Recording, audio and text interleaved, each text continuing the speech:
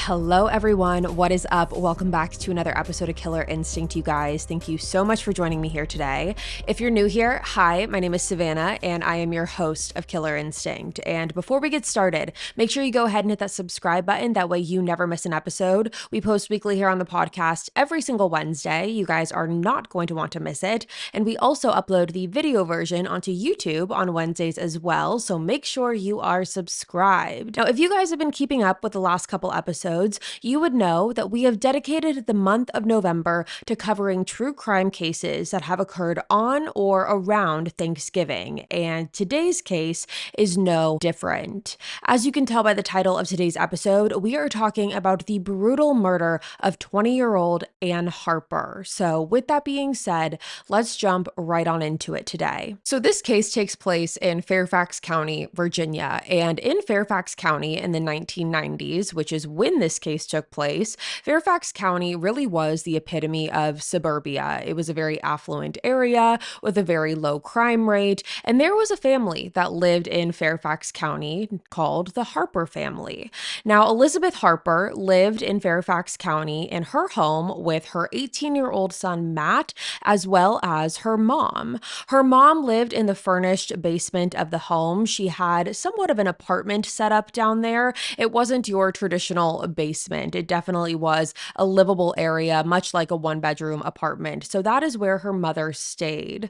Elizabeth also had a 20-year-old daughter named Ann Harper, who was off at college at the time at Hollins College. However, like a lot of college students, Ann did come home for most breaks, and that included Thanksgiving break. Now, Elizabeth Harper worked as a college professor, and her ex-husband, who was the father of her children, was a very successful businessman who lived in New Jersey while the rest of the family lived in Virginia, and the two of them got divorced in 1990.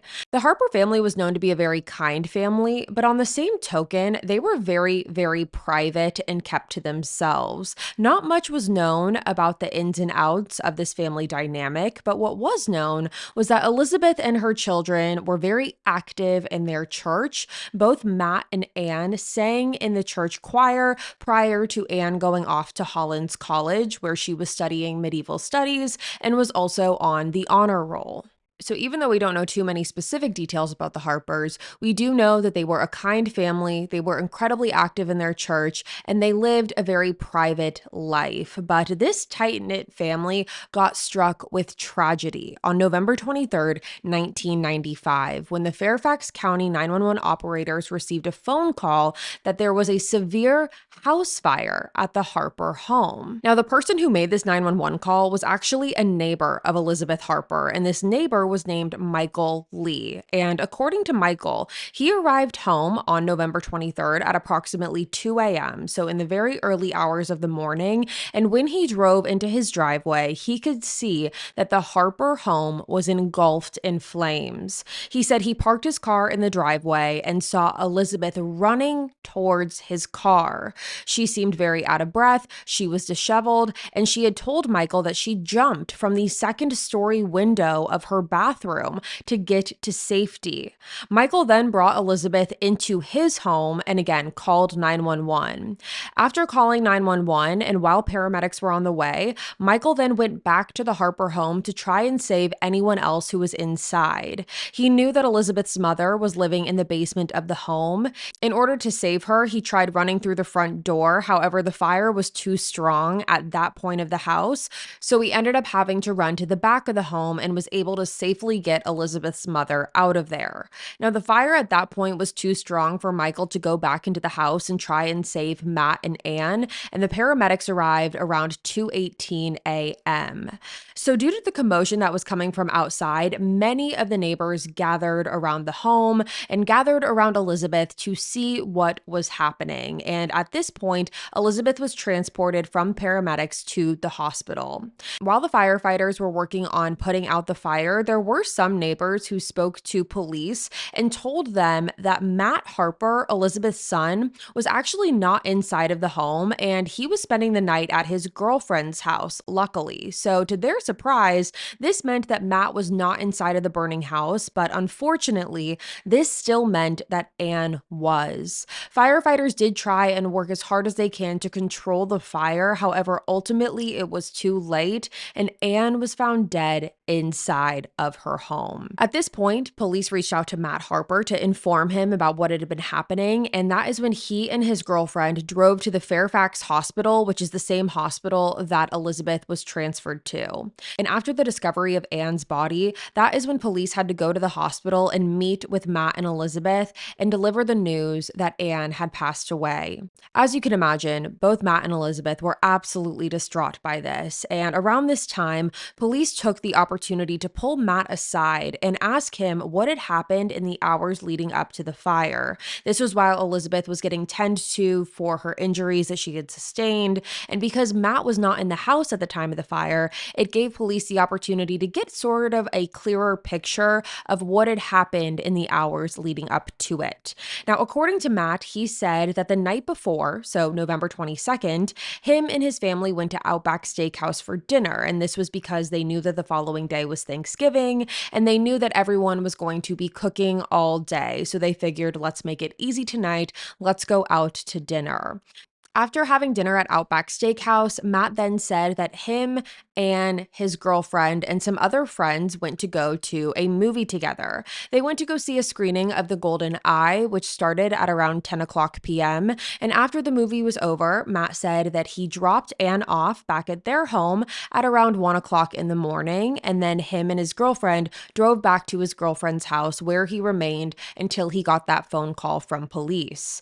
So with this information, detectives go back over to the Harper home, and this is where the firefighters had finally extinguished the fire. And at this point in the investigation, fire experts and police were walking through the home to try and figure out where this fire came from. But this is when they discovered something very, very suspicious. Close by to Anne's body, which was discovered in the foyer of the home, was a rolling pin, the cooking utensil. They found a rolling pin. However, that wasn't all. The suspicious part was that on this rolling pin, there was blood. Along with that, police and fire experts also discovered that there was blood spatter on the floor, and it appeared that Anne had an injury to the back of her head. Now, these findings really changed the entire trajectory of this investigation, because what started out as a horrifying accidental house fire now looks like a homicide. Police believe at this point that Anne was murdered, and this house fire was used to erase any evidence of that. Now, this theory was strengthened even more when police discovered red gasoline containers in the living room and burn patterns that seemed to show an ignitable liquid that was poured across the floor. Fire experts followed these same patterns up the stairs of the home to the second story and saw that the liquid was also poured down the hallway and towards Elizabeth's bedroom, and it was even poured inside of Elizabeth's bedroom. But that was not the only finding in Elizabeth's room, because what was also discovered was a large kitchen knife laying on the floor. The discovery of the knife led police to really question if Elizabeth was the intended target of the fire, and if whoever did this had planned on stabbing her to death. However, she was able to escape before this happened. Now, the knife that was found on the floor, it had been burnt in the fire, so because of that, the likelihood of finding any DNA, any fingerprints on this knife, it was going to be slim to none. So because of that, the detective who was at the Harper home walking through the house, they called the other detective who was at the hospital with Elizabeth. So there were multiple detectives, and there was one at the house and there was one at the hospital, and they would be calling each other back and forth, communicating just for the sake of saving time. That way, one wouldn't have to go to the house and drive to the hospital every time that there was a new finding or a question. So the detective who was with Elizabeth at the hospital had now sat down with her and asked her to give her version of events leading up to her jumping out of that second story window. According to Elizabeth, she said that while she was sleeping on the night of the 22nd, she remembered waking up in the middle of the night and hearing Anne downstairs. From her recollection, she heard Anne saying the words, "What are you doing?" Now, even though she heard Anne say this, Anne's tone of voice didn't seem to be like she was in any sort of trouble. She didn't scream. She didn't seem worried. She didn't say this in a frightening tone. It was very much a simple, "What are you doing?" So because of that, Elizabeth figured that nothing was wrong, but she did take this as an opportunity to get up and use the bathroom before going back to bed. So at this point, Elizabeth got out of bed, went into her bathroom and shut the door, and when she reopened that bathroom door, she saw the fire. She saw that her room was engulfed in flames, and she knew she wasn't going to be able to get out into the hallway and down the stairs. She did attempt to go to her phone, which was on her nightstand in her bedroom. However, that is when she discovered that the phone was disconnected. And so at this point, she figured that her only chance of survival was running back into her bathroom, opening the window, and jumping out to get to safety. So now with this sequence of events, the detectives that were at the Harper home looked into the phone receiver and was able to see that the phone receiver from the landline telephone mount was off, which confirmed what Elizabeth had said about the phone not working, because with this being off, it meant that there was no phone call that could be made out of the home. The telephone mount being off really made police question whether or not this was a premeditated attack. There were also no signs of forced entry in the home other than what the fire department had to do to get inside of the house, and these findings really made police believe that whoever did this was more than likely someone who was close to the family, because they would have to know where to get the knives, where the phone mount was. And these findings really made police theorize that whoever did this had to have been close to the family. They would have had to know where the knives were. They would have had to know where the rolling pin was. They would have had to know where the phone mount was. So again, this only strengthened police's belief that whoever did this had close knowledge about the Harper family and the Harper home. So next in the investigation, police sat down with Matt and Anne's father, so Elizabeth's ex-husband, to see if he knew anything or could help point them in the right direction. Now, according to him, he told detectives that prior to going home for Thanksgiving, Anne did meet up with an ex-boyfriend of hers, and this was the first time in the investigation that police ever heard of someone who could have potentially had some sort of motive regarding this case. Anytime there's an ex-boyfriend or an ex-girlfriend or an ex-spouse, that person is typically always looked into, and that was the case here as well. Anne's ex-boyfriend lived in Houston, and he was also home for Thanksgiving break at the time, so the authorities traveled out to Houston and tracked him down to speak with him. And according to this ex-boyfriend, he did say that him and Anne had gotten lunch together prior to Thanksgiving break while they were still at college, but according to him, this lunch was very amicable. Him and Anne were able to remain on friendly terms, and police did look into his travel records and everything checked out. He had a strong alibi, so because of that, the ex was cleared as a potential suspect, and the police continued on in their investigation. So Elizabeth did have to remain in the hospital for several days following the fire to tend to her injuries, but there was one person who was by her side the entire time, and that was her son, Matt. Matt had not gone home since being at the hospital with Elizabeth. He was still wearing the same clothes that he had arrived in at the hospital, and there was one thing that police noticed about Matt's attire, or more so his lack of, and that was the fact that Matt was not wearing any shoes. Now, this seemed odd for a multitude of reasons. The first one being that they were at a hospital. You would think that you might want to wear shoes at a hospital. And the second reason was that it was cold outside. It was late November in Virginia, and it did seem strange that Matt would just not be wearing shoes. Along with that, detectives did notice some stains on Matt's pants, and these were questionable reddish brown stains. And detectives did ask Matt about these stains, but he said that it was nothing more than just pasta sauce. Police asked Matt if they could collect his pants and send them to the lab just to check it out, and Matt did voluntarily give his pants over to the detectives, and his pants were sent off for examination. At this point, investigators did start speaking to Matt about his relationship with Anne, and Matt said that his relationship with his sister was very, very normal. They had a good sibling bond, and he also said that he did not know of anyone who would want to hurt Anne or the rest of his family. When thinking about potential suspects just as a whole in this investigation, detectives were really drawing a blank because the Harpers were a very private family. They didn't have any public enemies. There was no drama with this family, and they kept to themselves. So when the question would arise of who would want to do something like this, no one had an answer for it. So at this point, detectives asked Matt if he would be okay with them taking a look at his girlfriend's home, because at this point, police are just trying to turn over every stone that they can to make sure that they're not missing anything. And considering that that is where Matt was leading up to the murder, his girlfriend's house, Matt agreed with it, and so did his girlfriend. Police arrived to Matt's girlfriend's home, and upon first look, nothing in the home seemed to raise any red flags. But when police did get into his girlfriend's bedroom, they saw that one of the bedroom pillows appeared as if it had some sort of soot or dust on the pillow. And considering that there was a house fire at the Harpers, this understandably raised concern, and the pillow was sent off to the lab as well.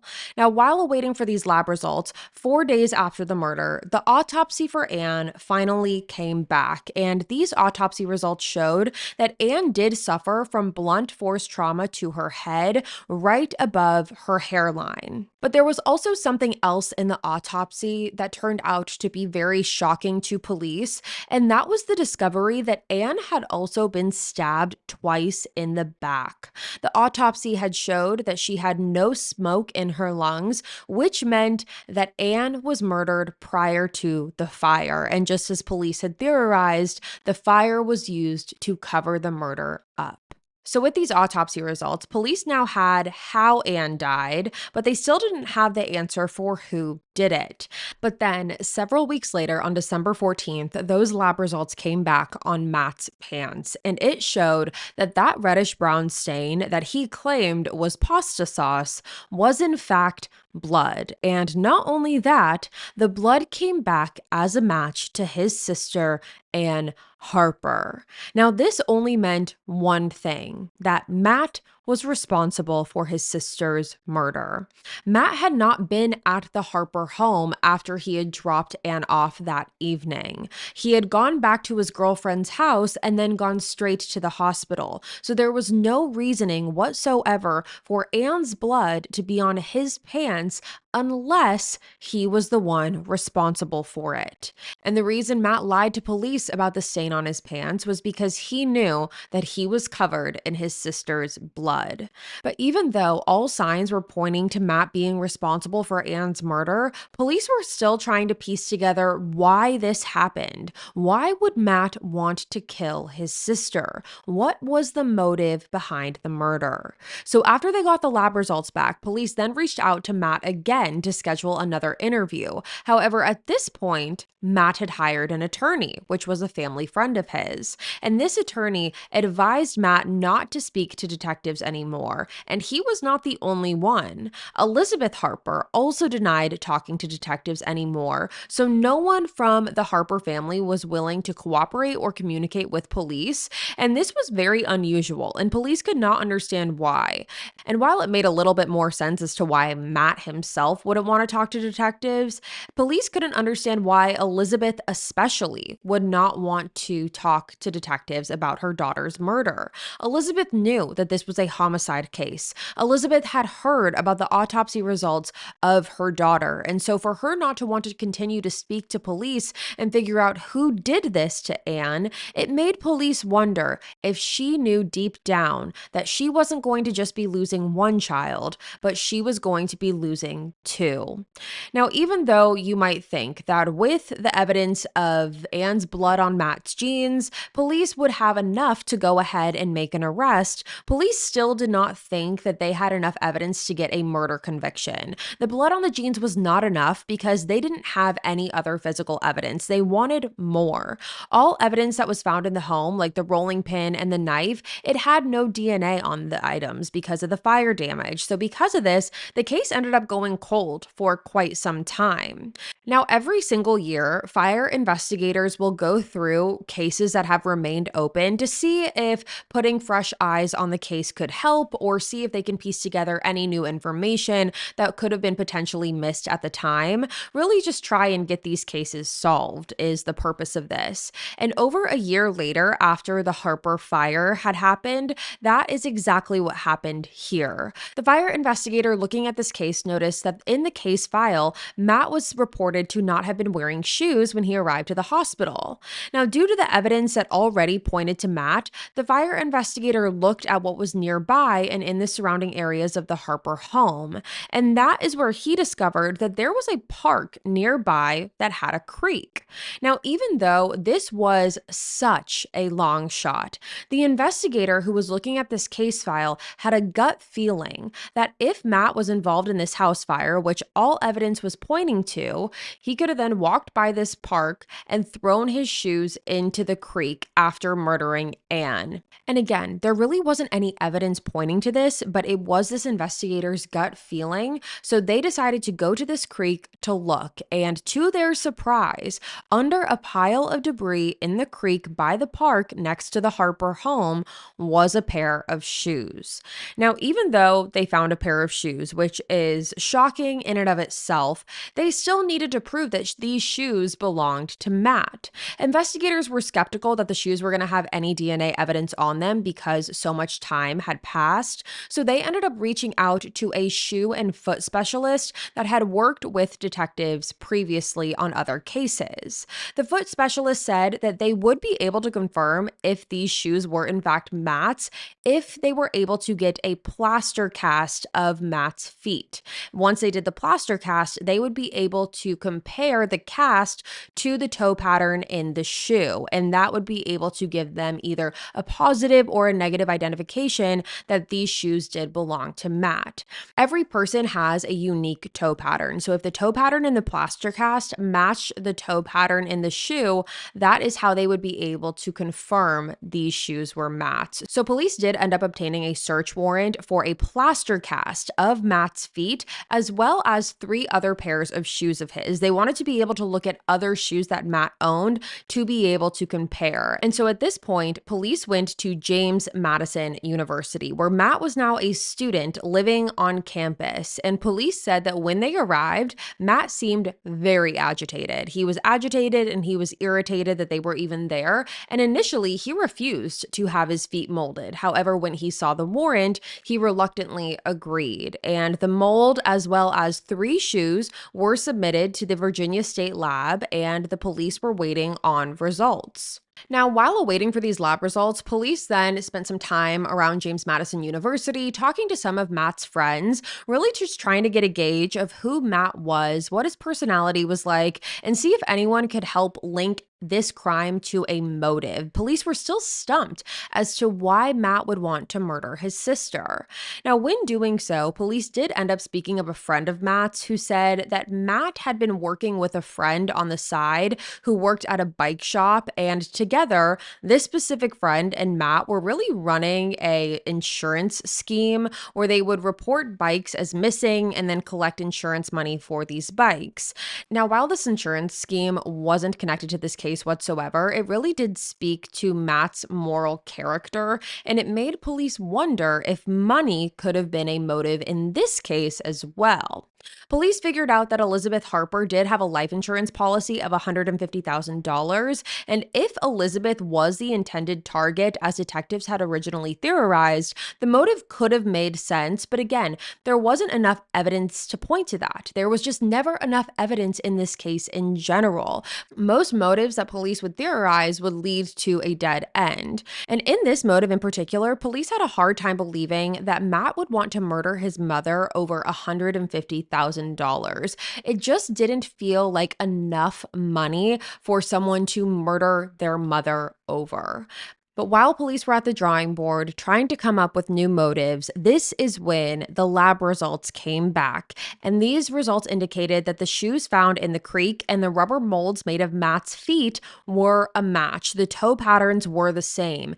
And so with this information, police then went to the Commonwealth attorney and presented all of the evidence that they had. And that is what led to an arrest warrant for Matt Harper to be issued. Once they had the arrest warrant, police then went down to James Madison University, where they were able to locate Matt in his classroom. And in the middle of Matt's class, Matt was escorted out and he was arrested in the hallway. He was charged with the first-degree murder of his sister Anne and the attempted murder of his mother, Elizabeth, as well as arson. Now, almost immediately after Matt's arrest, Elizabeth went to every single news station, every media outlet that would listen to her to defend her son and claim that he was innocent on the charges against him. She did not believe that he did this and was convinced that police had gotten this investigation all wrong. But regardless, this case was headed to trial and the prosecution was prepping to paint a picture of what happened on the early morning hours of Thanksgiving in 1995. Prosecution believed that after dropping off Anne from the movies, Matt returned back home and used his key to get inside. They believe that Matt did not enter the house empty-handed and that he had a gas can in his hand. It is believed that Anne was still awake when she saw Matt come back inside and asked him, "What are you doing?" which is then what led to the attack. It's believed that Matt panicked when he saw Anne because this was not a part of his original plan, so he had to kill her because she was a witness. It's believed he then went into the kitchen where he grabbed a rolling pin and a knife and then murdered her. Afterwards, he went up to Elizabeth's room, planning to kill her as well. However, she was in the bathroom at the time, and Matt did not have the time to wait for her, so he just lit the fire in her room instead before leaving the home. So that is what the prosecution was ready to take to trial. That is the sequence of events that they believed and that they were ready to present. But before the trial could even begin, Matt actually negotiated a plea deal with his defense team. The deal was that Matt would plead guilty to the second-degree murder of his sister Anne Harper, as well as arson.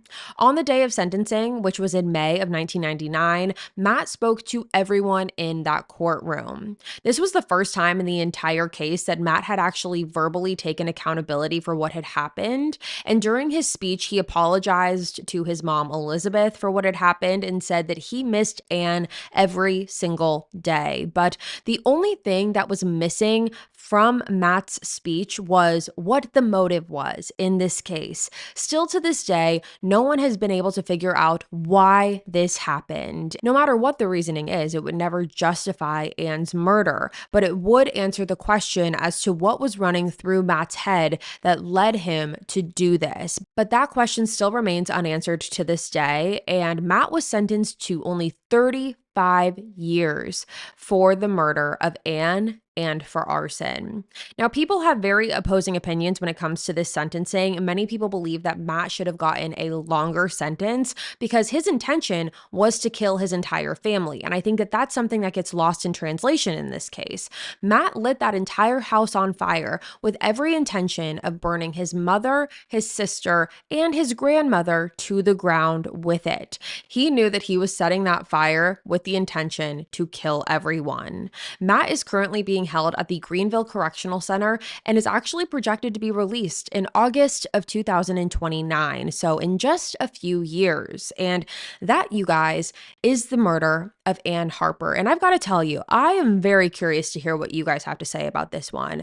I personally do not believe that the motive here for Matt was any sort of financial gain. I don't know why he did what he did. I don't know what exactly was happening behind the scenes.